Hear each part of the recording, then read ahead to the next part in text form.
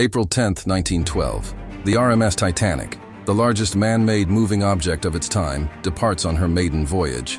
Built at Belfast's Harland and Wolff shipyard, she was a 52,000-ton floating palace marketed as Unsinkable.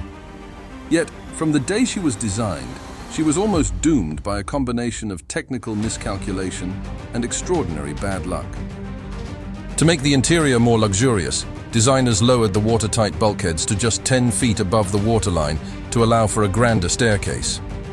Furthermore, she carried only 16 lifeboats, enough for fewer than half those on board, which met outdated regulations. Crucially, the curved bow required manual riveting. Builders used lower-grade No. 3 wrought iron rivets instead of steel.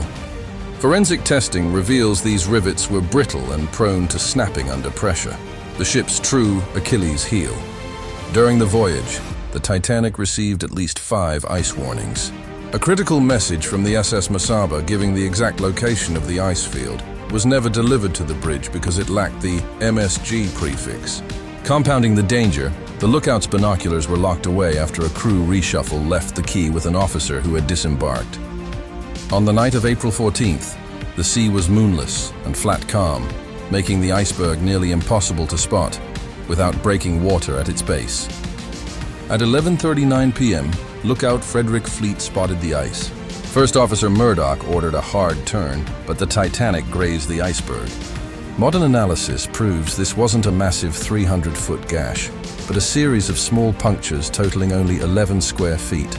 The impact caused the brittle rivets to pop, unzipping the hull's seams and allowing water to gush in at 370 gallons per second.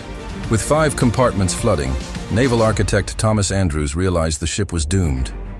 As the bow sank, water spilled over the tops of the lowered bulkheads like an ice cube tray. The evacuation was marred by miscommunication. Second Officer Lightoller interpreted "women and children first" as "women and children only," launching lifeboats with many empty seats. At 2:15 a.m., the ship snapped in half under immense stress. The bow plummeted at 35 miles per hour, while the stern disintegrated as it fell, slamming into the seafloor at 50 miles per hour. Over 2,500 people perished that night. For a century, the wreck lay in darkness until a high-tech mapping project drained the ocean, creating a 37-terabyte digital model.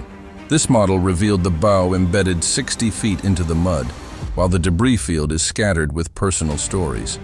A hotelier's watch stopped at the moment of immersion and a boy's school books.